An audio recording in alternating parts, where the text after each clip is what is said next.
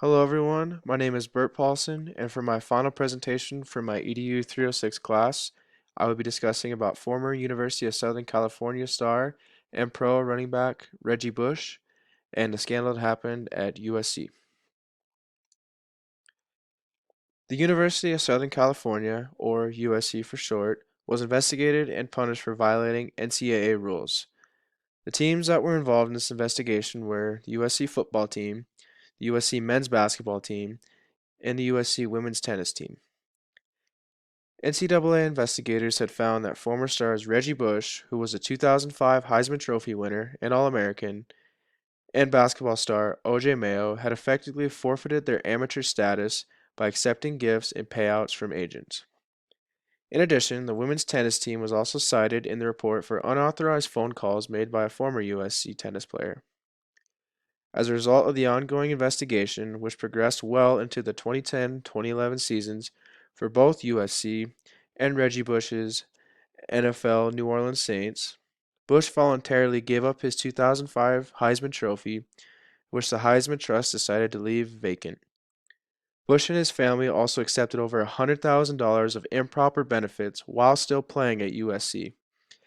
NCAA rules basically say that you cannot have an agent while in college. He was also selling memorabilia for money, which again violated NCAA rules.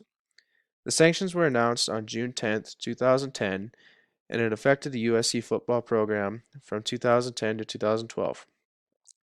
The sanctions for the football team included a 2-year postseason ban, 3 years of scholarship losses, and vacating old games, which included the BCS National Championship game, and disassociating with Reggie Bush. Separately, Bush returned his Heisman Trophy.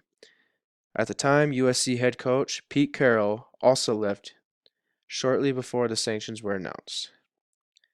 Later on, Todd McNair, who was an assistant coach at USC, sued the NCAA in June of 2011, claiming that the NCAA's investigation was one-sided and his future earnings were impaired by its report on the scandal that led to sanctions against USC.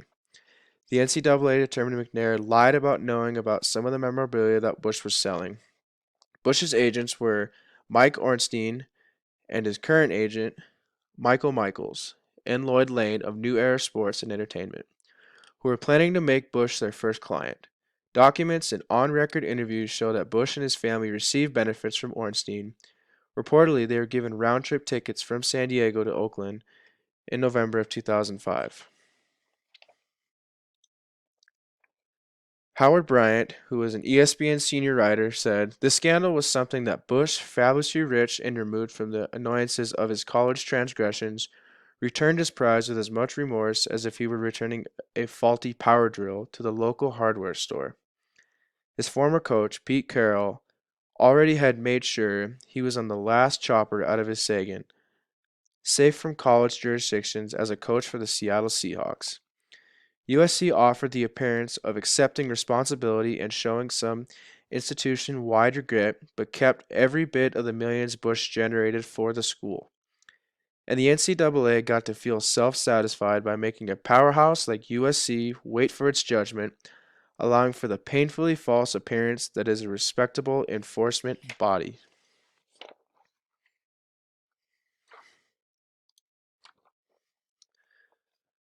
Zach Durham, who is also a sports writer for Bleacher Report, wrote, USC is a perfect example of the bias in college athletics. The NCAA is sending the message that they will pretty much ignore violations as long as your program wins championships year in and year out.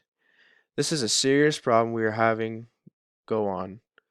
The NCAA needs to take a good hard look at itself and do the right thing. At the minimum, Bush's Heisman Trophy should be taken away, and USC's national title from 2004 should also be taken away. The NCAA won't punish USC for anything that they ever do as long as they continue to win championships. Close quote. Many, and I mean many sports writers, had written stories along the line of how big NCAA programs are doing potentially illegal things. But at the end of the day, the NCAA won't do anything about it because there are championship teams.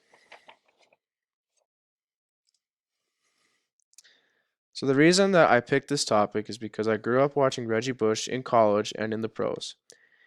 He was honestly one of my favorite players growing up, and there has been an ongoing argument about paying college athletes since they can't get a job with their busy schedules, and this scandal was really interesting to follow because of how his reputation changed from an elite athlete and now to being known for the wrong reasons.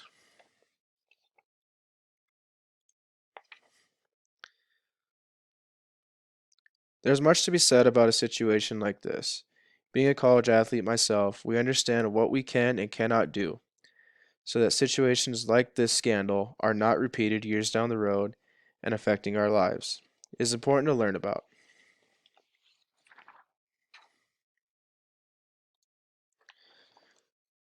Thank you for watching and listening to my presentation. I hope everyone enjoyed it, and I hope the viewers watching this have a broader understanding about this scandal. And here are my references.